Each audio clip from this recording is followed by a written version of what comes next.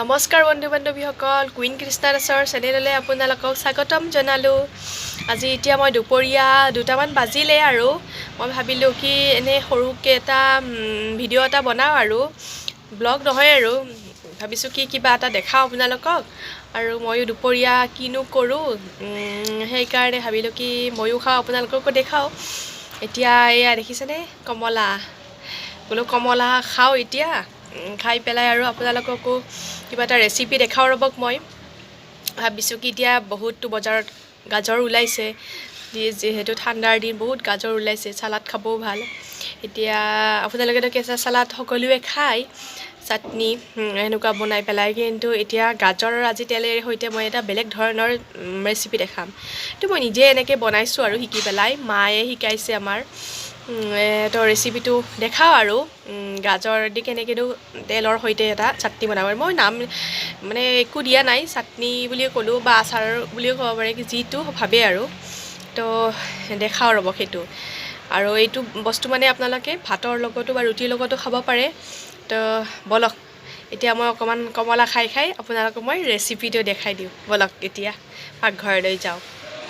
এয়া যিটো মই চাটনি বনাম তাৰ কাৰণে গাজৰ 6টামান লোৱা হৈছে, আৰু এয়া দেখিছেনে বিলাহী লৈছোঁ, আৰু তাৰ মই কেইটামানহে লওঁ। আপোনালোকক মই এতিয়া গোটেইখিনি দেখাই গৈ আছোঁ কি কি লওঁ। এয়া গাজৰ মই বাকলিটো গুচাই ল'লোঁ, আৰু বিলাহী লৈছোঁ মই 4টা, আৰু গাজৰ মোৰ বেছিকৈ ইয়াতে থালখনত থোৱা আছে, মই কিন্তু ইমান নলওঁ মানে, আৰু তাৰে 6টামানহে লওঁ। আৰু ইয়াত জলকীয়া লৈছোঁ, আৰু আদা নহৰুৰ মই পেষ্ট লৈছোঁ, আৰু নহৰু মই 12 ফুটামান লৈছোঁ, আৰু এটা নহয় 12 ফুটামান লৈছোঁ, আৰু আদা অলপমান সেনেকৈ সৰু সৰুকৈ কুটি লৈছোঁ। মই ইয়াৰে পেষ্ট বনাম এতিয়া, আৰু এইখিনি মই এতিয়া যোগাৰ কৰি ল'লোঁ। এইখিনি বস্তুৱে লাগিব, আৰু জ্বলা লৈছোঁ। গাজৰৰ যিটো চাটনি বনাম তাৰ কাৰণে কেৰাহীটো গৰম হ'ব দিছোঁ। কেৰাহীটো গৰম হ'ল, এতিয়া মই ইয়াতে তেল দিম, মিঠাতেল। এয়া এইখিনিমান দি দিছোঁ, আৰু জোখত যিমানখিনি লাগে আপোনালোকে সেইখিনি দিব পাৰে। মই এইখিনিমান দিছোঁ।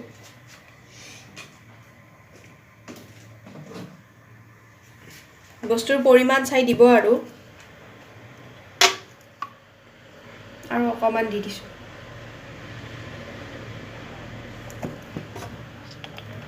এতিয়া এইখিনি গৰম হ'ব দিম। গৰম হ'ল, আৰু গৰম হোৱাৰ পিছত তেল ঢালি দিলোঁ, তেলখিনিও গৰম হ'ল। এতিয়া মই নহৰু দিম, আৰু মই নহৰুৰ এনেকৈ পেষ্ট বনাই লৈছিলোঁ।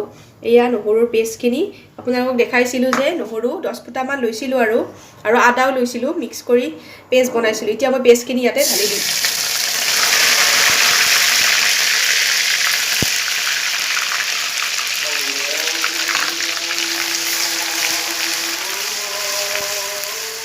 এতিয়া মই এইখিনি লৰাই থাকিম।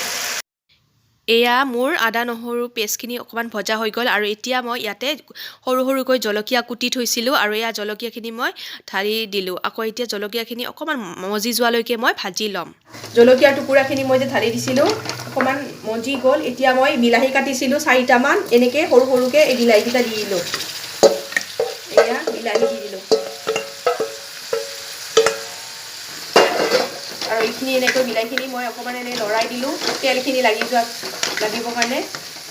এয়া লাগি গৈছে তেলখিনি, আৰু ইয়াতে মই এতিয়া দিম নিমখ আপোনালোকৰ সোৱাদ অনুসৰি যিমান খায়। এই মই 1 চামুচ দিছোঁ, পিছত লাগিলে দিম, আৰু এতিয়া 1 চামুচ দিছোঁ।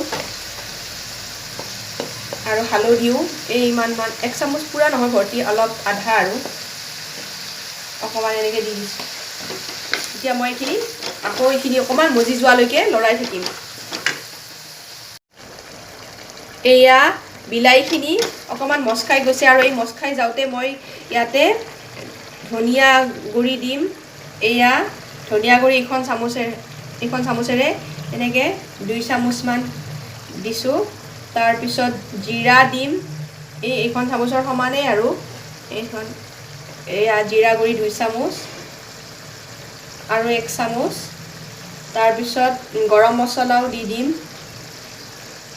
2 চামুচ,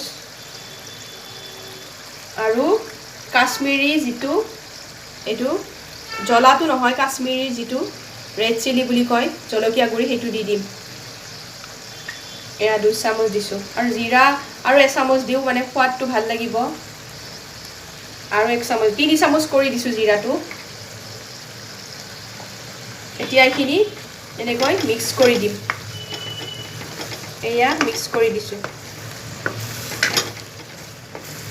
তেলত মানে মছলাখিনি ভজা গ'লে আৰু বেছি ভাল হয় আৰু দেখিছেনে ধুনীয়াকৈ মছ খাই গৈছে এই বিলাহীখিনি ইমান ধুনীয়া কালাৰ আহিছে এতিয়া তো এনেকৈ অকণমান সময় আৰু 2-3 মিনিট মই ভাজিম এয়া দেখিছেনে ধুনীয়াকৈ বিলাহীখিনি মছ খাই গ'ল এতিয়া মই গাজৰ 5টামান ৰুকিছিলোঁ এনেকৈ ৰুকনিত ৰুকিছিলোঁ দেই 5টামান ৰুকাটো আপোনালোকক দেখুওৱা নহ'ল ৰুকনিৰে ৰুকিলোঁ এয়া ৰুকি পেলাই এনেকৈ দিলোঁ চাটনি খাবৰ কাৰণে যেনেকৈ ৰুকি আপোনালোকে ৰুকনিত পিহনা থাকে যে সেনেকুৱাতে ৰুকি দিছোঁ আৰু এয়া ৰুকি দিছোঁ এতিয়া মই এইখিনি ধুনীয়াকৈ মিক্স কৰি লওঁ এয়া এনেকৈ মিক্স কৰি ল'লোঁ আৰু লৈ পেলাই লাৰি থাকিম আৰু সিজালৈকে এইখিনি এনেকৈ লাৰি থাকিম এয়া গাজৰৰ চাটনিটো মই এনেকৈ বনাই আছোঁ দেখিছেনে মছ খাই গৈছে আৰু যিমান আছে তাতকৈ আৰু কমি যাব লাগিব মছ খাব লাগিব একদম অকমানি হৈ যাব লাগিব তেতিয়াহে বস্তুটো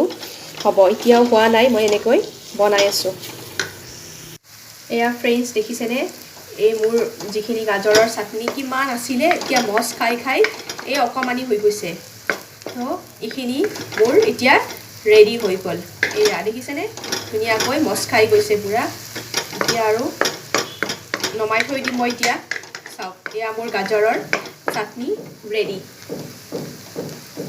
এয়া চাওক মই পৰিৱেশন কৰি আপোনালোকক দেখাইছোঁ এয়া গাজৰৰ যিটো চাটনি বনাইছিলোঁ এইটো এয়া আৰু এনেকৈ অকণমান মই ডেক'ৰেশ্যন কৰাই দিছোঁ আৰু ধনিয়া পাতেৰে এয়া যিহেতু এতিয়া গাজৰ বজাৰত পুৰা এভেইলেবল হয় তো আপোনালোকে অজস্ৰ গাজৰ পায় এতিয়া সেনেকৈ এটা চাটনি বনাই খাব এয়া চাওক